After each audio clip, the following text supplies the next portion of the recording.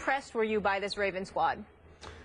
Stephen A., I was extremely impressed because I thought it was ultimately a tribute to the Baltimore Ravens' character, its guts, its heart, backbone, tradition, to survive that game against its arch rival on its arch rival's field in a big primetime Thursday night game without one of its key leaders, Terrell Suggs, and remain afloat for the season, to save its season. Because I've told you before, I've said it twice this week, if Baltimore could survive this game, the schedule to me, and I know every NFL schedule, it's hard to say they're easy, but it gets way easier. All of a sudden, Baltimore is still a factor in this division race because I think Baltimore, off now a little mini bye, 10 days off, will start to get on a roll as it starts to get healthier. So my point is that last night, with only two healthy weapons that in the end were no longer healthy, the great Steve Smith Sr. did not play in the fourth quarter and overtime after Timmons hit him in the back with the helmet. Obviously, Steve Smith misidentified exactly which opponent hit him in the back. He thought it was Mitchell, but it was Timmons, and he was lost for the rest of the game. Campanaro, who made the most spectacular play of the night to score Baltimore's first touchdown, was lost for the back half of the fourth quarter in overtime. Crockett Gilmore, who's become Flacco's favorite target this year other than Steve Smith, couldn't go last night with a calf injury. And obviously that Brashard Perriman that they drafted in the first round this year, the big stud receiver out of Central Florida, just had arthroscopic knee surgery. So he's gone.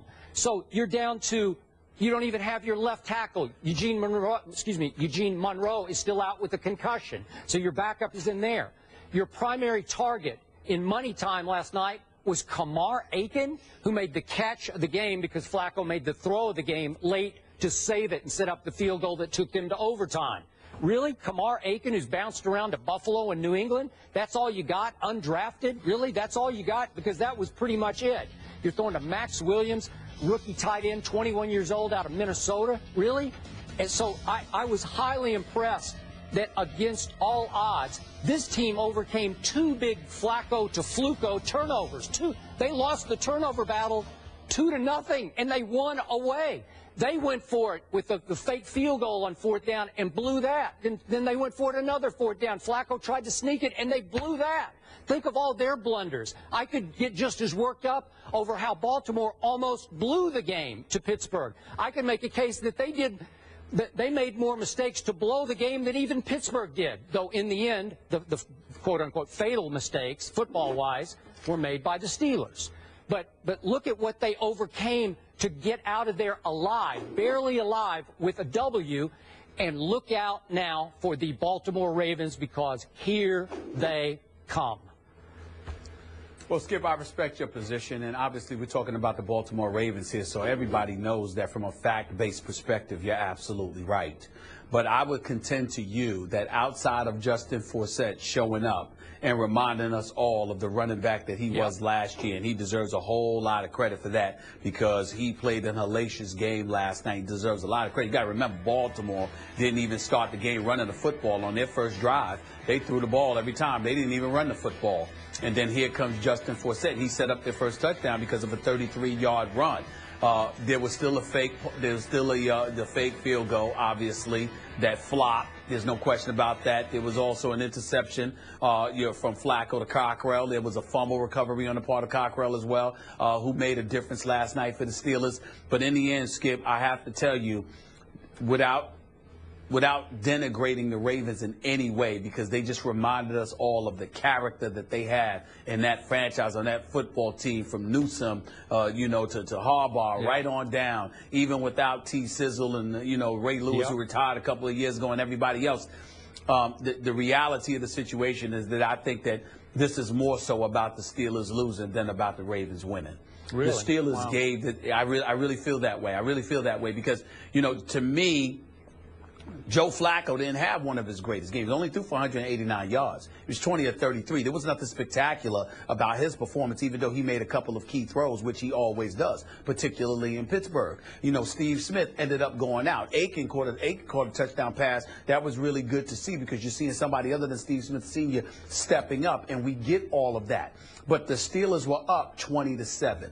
Baltimore did pull within 20-14 and then ultimately 20-17, but that was prior to botching, you know, that fake field goal attempt because, you know, they put themselves in a really precarious position. And you got to remember that the Steelers got the football, you know, with 2 minutes left and still had a chance to ice the game. And then Scooby-Doo ultimately ended up missing a field goal yet again.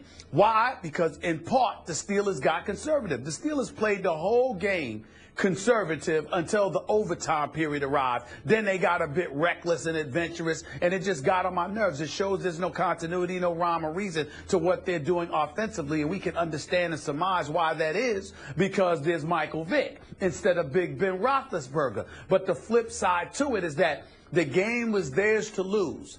Not once, not twice, but one could argue on at least 5 or 6 different occasions. The 2 missed field goals, the 2 4th-and-1 situations. I mean, you just look at it and you just say, what the hell is going on here? There were so many blown opportunities for the Steelers to put this game away. And it's shameful that they ended up losing in this fashion. They should have won it. They gave it away multiple times. And I personally think this is going to cost the Steelers. This could cost the Steelers big time. Really. Okay, but one quick point of order. I'm no Flacco fan, but who was he able to throw to last night? How could the fact that he had whatever you said, 189 yards, whoever's how open. do that? Whoever's Well, open, whoever's open. Nobody. Well, I can't say that. You know, Aiken got open. Justin Forsett was running the football, and more importantly than anything else. Again, how many times do I have to repeat myself? I am not enamored with the Steelers' defense. There's nothing intimidating about them. Wow. There's nothing about them that really scares. Listen, it's getting better compared to what it was, but it still has a lot of work to do. There's nothing intimidating about the Steelers' defense whatsoever. They showed up yesterday and played relatively well, but what you going to do, give them an A or a B when they gave up 150 yards to a guy that wasn't even averaging 3.5 yards a carry coming into this game this season? Let's call it what it is. You know, the Steelers were okay. They did a decent job, but there's nothing spectacular about this defense right now. Okay, but bottom line, would you agree with me that ultimately Michael Vick wasn't good enough to win that game for the Pittsburgh Steelers?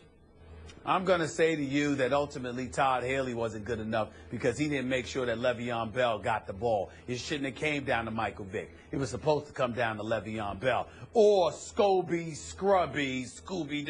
It was supposed to come down to one of those two, and it didn't.